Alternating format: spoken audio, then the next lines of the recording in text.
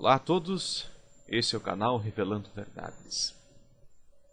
Esse é o terceiro vídeo da série de vídeos intitulados O Inferno de Fogo Não Existe, parte 1, parte 2. Esse é a parte 3 dessa série de vídeos, O Inferno de Fogo Não Existe. Então apenas um conselho, uma dica. Se você está assistindo esse vídeo, esse terceiro vídeo da série, e você ainda não assistiu os vídeos 1 e 2, por favor, eu peço para você retornar, assistir com calma os vídeos parte 1 e parte 2 dessa série, O Inferno de Fogo Não Existe, senão você não vai conseguir compreender esse terceiro vídeo. Então eu vou pedir para você dar uma pausa aí, né? Seja humilde, volte, assiste os dois vídeos, para ter então a compreensão espiritual do verdadeiro significado desse inferno de fogo criado por Deus, segundo os líderes religiosos. E nós vamos analisar aqui nesse vídeo 3, três passagens bíblicas, três passagens das Escrituras Sagradas, que o cristianismo, vamos usar a expressão ortodoxo, aquele tradicional, né? Aquele milenar, já. Vamos usar a expressão milenar, porque eles gostam de ensinar coisas milenares, bem antigas. Então nós vamos analisar aqui três passagens. 1 de Pedro, capítulo 3, versículo 18 e 19. 1 de Pedro, capítulo 4, versículos 5 e 6. 2 de Pedro, capítulo 2, versículo 4. Essas três passagens é o que a cristandade, o que faz parte da Babilônia, a grande, né? A prostituta, aquela que gosta de trair a Deus. Essas três passagens eles usam para apoiar que Cristo desceu ao inferno de fogo e lá pregou para almas e espíritos ou demônios que estavam encarcerados lá. Então eu vou dizer para você agora, na tela que você está vendo aí, esse vídeo, há dois links para você voltar e assistir o vídeo parte 1 e parte 2, para você compreender isso aqui. Certo? Então você precisa fazer isso para ter uma compreensão. Nós não teremos opinião de líderes religiosos aqui. A própria Escritura vai responder de maneira simples e racional o significado de tudo isso. Abrindo um parênteses aqui apenas, os líderes religiosos não gostam que se entendam as Escrituras de maneira racional. Porque o lado racional, a razão das Escrituras, ela é tão simples, que daí o conhecimento inventado e criado nesses milênios e nesses séculos, principalmente pela Igreja Católica, que deu início a tudo, e de maneira especial os evangélicos, protestantes, pentecostais, neopentecostais, enfim, todos que estão aderindo a esse ensino falso, cruel, que é o ensino do tormento eterno. Ele é tão cruel esse ensino, mas tão cruel esse ensino, que eles culpam a Deus, que Deus agora criou o inferno de fogo, Deus queima pessoas, dá a entender que Deus fez parceria com o diabo, ou seja, contratou o diabo para ficar no inferno de fogo, cuidando dos maus, enquanto Deus e Cristo cuidam dos bons do céu, como se fosse um sistema de parceria. Não tem noção. Esse ensino, além de não ter noção e não ter lógica, é um vitupério contra o verdadeiro Deus. Esses líderes que ficam propagando esse ensino deveriam pensar muito bem nesse assunto, mas muito bem mesmo. Já imaginou eu queimar a mãe de vocês? Falando agora para vocês, líderes religiosos. Eu queimasse a mãe de vocês no fogo e depois culpassem vocês? Vocês gostariam disso?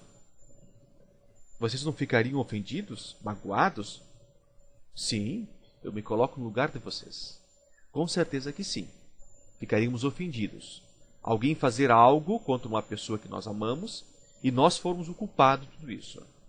Mas é isso que acontece no ensino do tormento eterno. Ensino que Deus queima pessoas. que Deus tortura pessoas eternamente. Será isso certo? Um Deus de amor, um Deus misericordioso?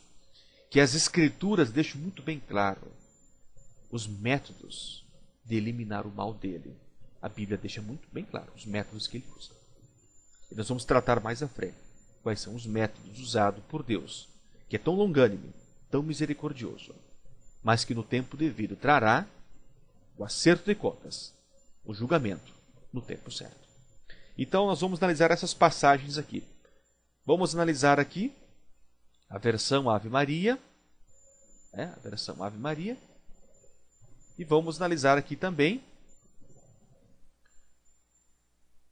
primeira carta de Pedro, no capítulo 4. Vamos analisar aqui esses versículos aqui,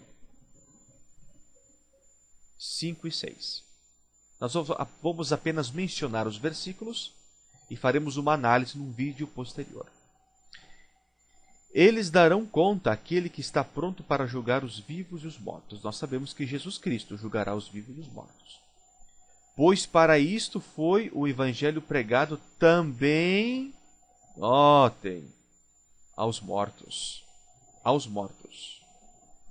Então, tanto a Igreja Católica como os protestantes evangélicos em si, já que eles imaginam que Cristo, quando morreu, desceu ao inferno, o inferno de fogo, entre aspas, né?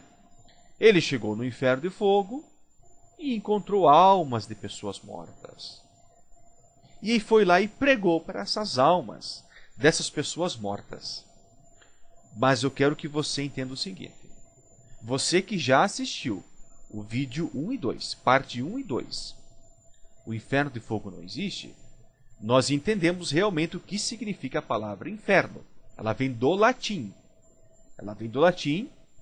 E se refere, nas passagens bíblicas, normalmente, à sepultura comum da humanidade. Então, Cristo foi para a sepultura, não no inferno de fogo. Você que assistiu os 2 vídeos já sabe disso. Então, ele pregou para os mortos, pois para isso foi o evangelho pregado também aos mortos. Em que sentido esses mortos?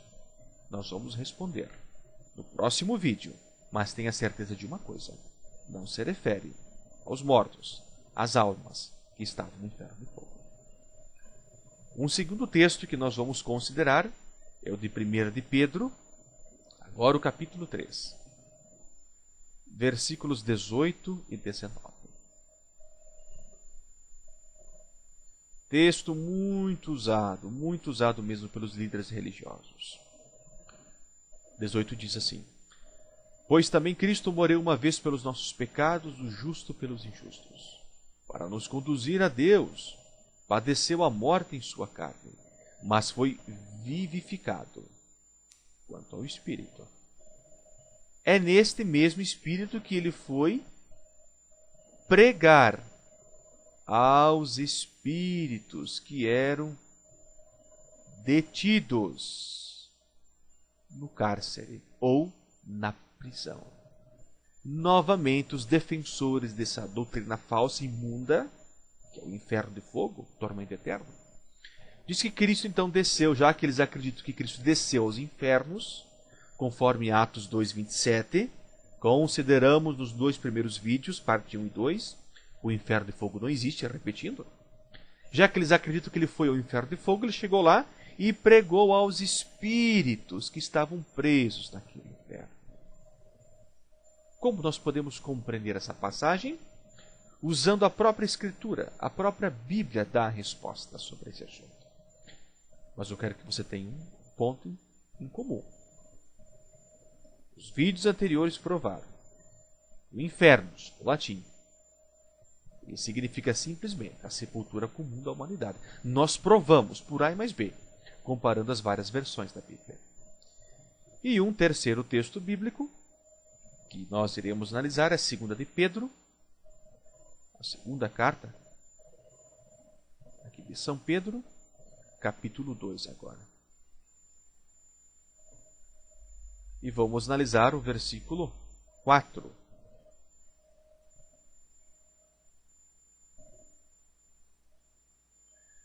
Pois se Deus não poupou os anjos que pecaram, olha só, anjos que pecaram, mas os precipitou nos abismos tenebrosos do inferno, olha só. Olha que interessante, olha o que foi colocado aqui. Abismos tenebrosos do inferno, onde os reserva para o julgamento. Então, novamente aqui, essa passagem foi colocada que os anjos estão no inferno, presos para serem julgados. Quer dizer que eles não estão na terra. Quer dizer que eles não estão no céu. Eles estão no inferno de fogo, aguardando receber as almas lá. E estão presos lá. Agora, um ponto muito interessante é que as Escrituras Sagradas, quando o apóstolo Pedro escreveu as suas cartas, ele escreveu em grego, na língua grega. Inferno é uma palavra que vem do latim. Nós já aprendemos isso. Por quê? A palavra inferno está aparecendo aqui. Qual é a palavra original na língua grega? A palavra original na língua grega, no lugar de inferno desse versículo 4. Sabe qual é? Você sabe qual é a palavra? É a palavra grega tártaro, que se encontra em muitas versões das Escrituras Sagradas. Palavra grega tártaro. O que o apóstolo Pedro quis dizer quando ele citou a palavra tártaro, que era usado muito na mitologia grega, entendendo o significado dela, lá na mitologia grega, como ela era aplicada, Paulo faz uma referência a isso, para simbolizar não um local, mas sim uma condição que esses anjos, esses espíritos maus, estavam diante de Deus. Mas para dar essas respostas, aguarde. Vídeo parte 4. O inferno de fogo não existe. Líderes religiosos, se preparem, porque a verdade está sendo revelada a vocês. Doa a quem doer.